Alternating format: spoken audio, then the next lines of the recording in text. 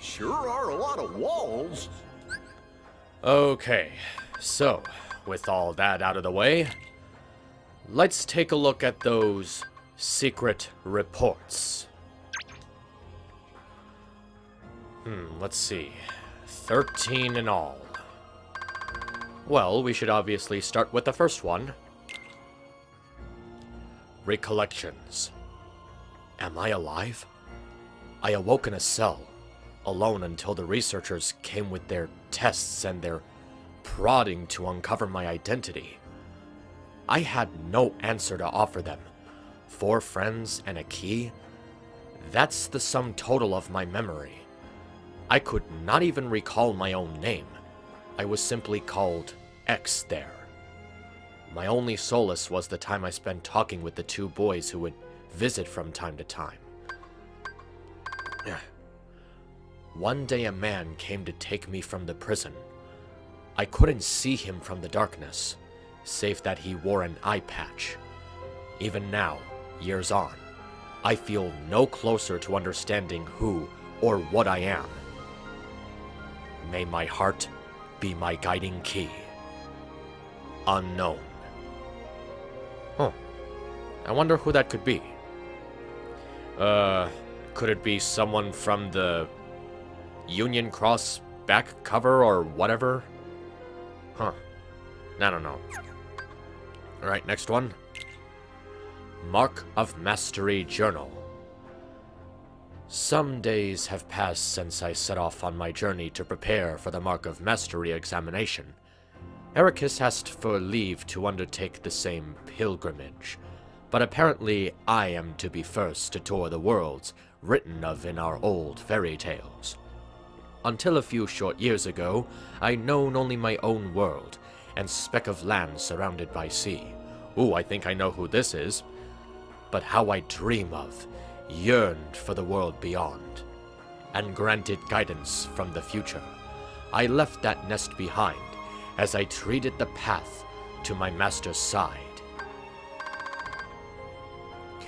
I came in contact with darkness in many forms. I knew even then, as by instinct, terrifying as its power was, it could be harnessed, mastered. Ericus is a blue blood, descended from the very first masters in the age of fairy tales. But I did not come this far to indulge in adulations. No, adulations. I will be his peer, his equal, and to do that, I must learn to wield the power born from both darkness and light in proper balance. Xehanort.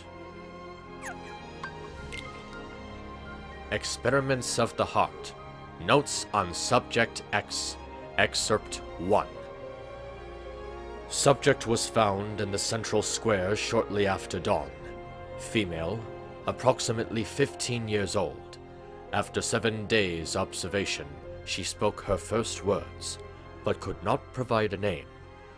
Subject exhibits signs of profound amnesia and displays concerns around which world this is. Her words suggest that she departed her homeworld with others, though she cannot recall names of her erstwhile companions. All efforts to explore those memories have met with a rejection response. After his initial experiments on me, Ansem the Wise ceased his research into the heart, his hand stayed by some fear I cannot fathom. Yet his new subject is like me, devoid of memories. She is the perfect sample upon which to continue my master's work. She too could benefit from it. By traversing the heart, we have a direct path into memory. I myself have begun to reclaim my lost past, thanks to these very experiments. Who is she? Whence has she come? These are questions no scientist could ignore. And the words she muttered, "May your heart be your guiding key." Xehanort. Oh, and I guess this is also by Xehanort? Subjects' memories have not returned, and our conversations remain less than lucid. What fragments can be gleaned and evoked a bygone world, like one out of fairy tales? As improbable as it seems, the question may not be where she has come from, but when. If she truly has crossed through time, the prospect of probing her heart is all the more compelling. My pilot students used a handful of subjects, but none possessed the fortitude to endure them. Ultimately, all suffered mental collapse. I knew it would be heavy to lose a subject as unique as she. Upon discovering the tests I've been conducting, my master demanded that I cease my work immediately and destroy what research I have compiled. Worse still, he ordered the release of my remaining subjects. She is gone. Where is Subject X now? Has Ansem the Wise hidden her away? Whatever the case, I will not be deterred. I will take her place as the first subject in the grand experiment to come.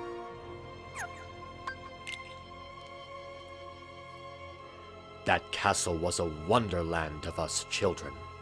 Within its walls, Ansem the Wise conducted his research, and the fruits it bore allowed everyone outside to live in peace and happiness. That alone was enough to stoke our interest, though not all of the rumors that escaped its walls were so benevolent. By night, the muffled sounds of humans' wails emerged. There was talk of dangerous human experimentation. Lee and I couldn't help but hatch a plot to steal inside and sate our curiosity. The two who stood guard at the gates were researchers themselves, though you wouldn't think it to see them, massive and barrel-chested as they were, and slipped past that duo was only the first hurdle. No, slipping. It proved one not easily cleared. We were found and tossed out on our ears, time and again. On the day we finally secured our entry, we descended the long spiral stair at the heart of the castle to find a dark space below it, lined with cages. There wasn't enough light to see if they were inhabited, and we were in no position to call out to any occupations within. Yet we could feel it. A definite presence. There, in the black. Terror washed over us, and we immediately regretted coming. But just as we turned to flee, we heard the faintest of voices. The urge to run was nigh overpowering, but someone or something beckoned us on. There, framed by a tenuous silver of light, we found her. Saïx.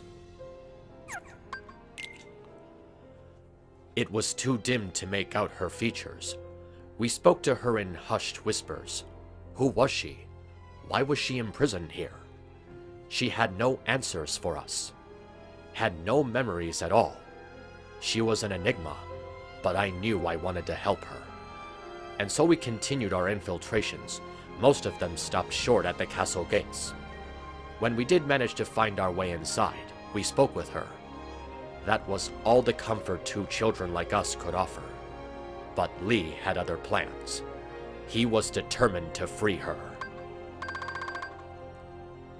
We slipped into the castle that day knowing only that we wanted, with all of our hearts, to save her. But we didn't find her inside on that day or the next, or any of our subsequent visits. Had she been moved? Had we simply imagined her? Lee and I knew that there was only one way to be certain.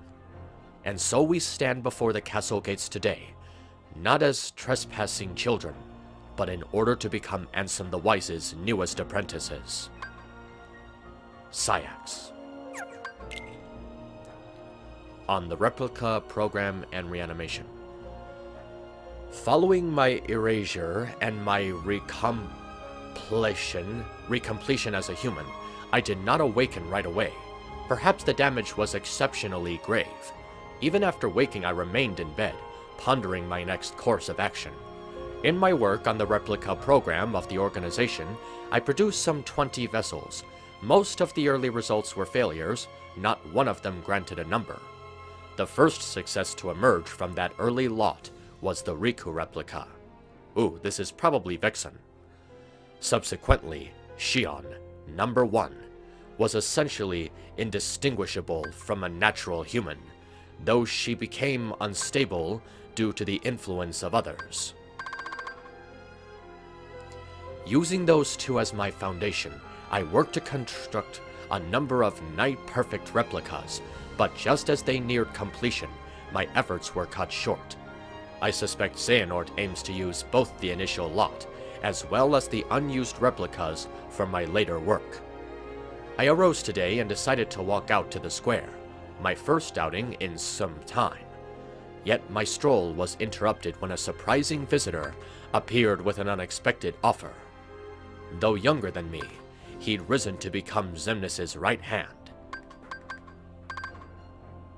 I accepted his terms and became a nobody once more. Easier to gain access to the old replica program that way. Whatever it takes to atone. Huh. I guess that shit-eating grin wasn't so deceiving after all.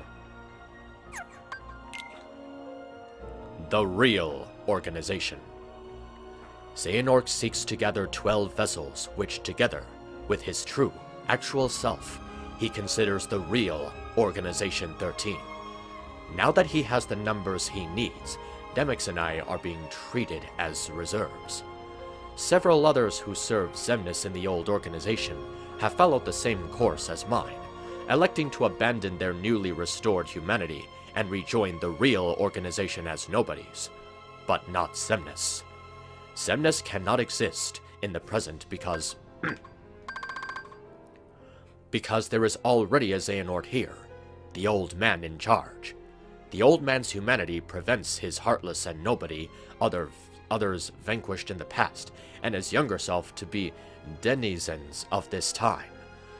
To circumvent this, Xehanort is using the prototype replicas I created in the past as containers, plucking his other selves' hearts from the time they existed. Xehanort ordered me to refine the prototypes, to make them closer still to the real thing. Perfecting my creations so they may house true, flesh and blood human suits, my own purposes as well. All that remains for my atonement is to devise a way to pass on as many of the vessels as I can, to those who truly deserve them. Vexen. Ansem Code Conspectus Excerpt 1. I have pored over the data my master entrusted to Riku. Here, I offer my preliminary conclusions. Within Sora's heart are 3 compartmentalized boxes, each containing the heart of another. One box holds Roxas. Another holds a second heart that has been with Sora nearly as long. The third has held its heart for much longer. These hearts have melded with Sora's and no longer have voices of their own. Any attempt to mechanically extract them could prove as a dire for Sora as what caused him to become a Heartless in the first place.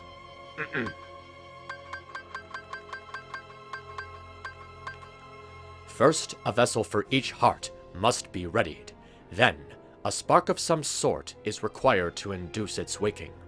Obviously, the ideal solution is to restore each heart to its own body. But, whatever the case for the 2 unknown individuals, Roxas possesses no such thing. The same is true for Naminé, who we believe resides in Kairi's heart. Still, if alternate bodies can be secured for them, all their hearts require to be awakened is that spark. People they care for, and who cared for them, who can show them the way home. Complete and perfect digitalization of the heart is impossible. We can only hope to partially reconstruct it. Thus, I see no way forward but to extract the hearts so that we desperately need from within Sora. Fortunately, the data stored within Twilight Town contains a near-perfect record of the memories of those who lived there, and for Roxas and Naminé especially, this is crucial. Ienzo. As for how to contain their hearts, the only conceivable option is the replicas.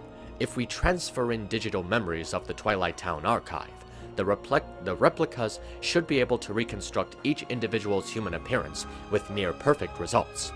Then their hearts need only the right spark to wake them, so they may find their way out of Sora and Kairi and into these newly made bodies. The replica program was truly revolutionary, but it was incomplete at the time of the old organization's delusion. Without even, how are we to further the research? We need at least 3 replicas, one for Roxas, one for Naminé, and one for the unknown stowaway within Sora's heart. These are difficult quandaries, but as I work through my master's data, I find myself remembering the taste of ice cream.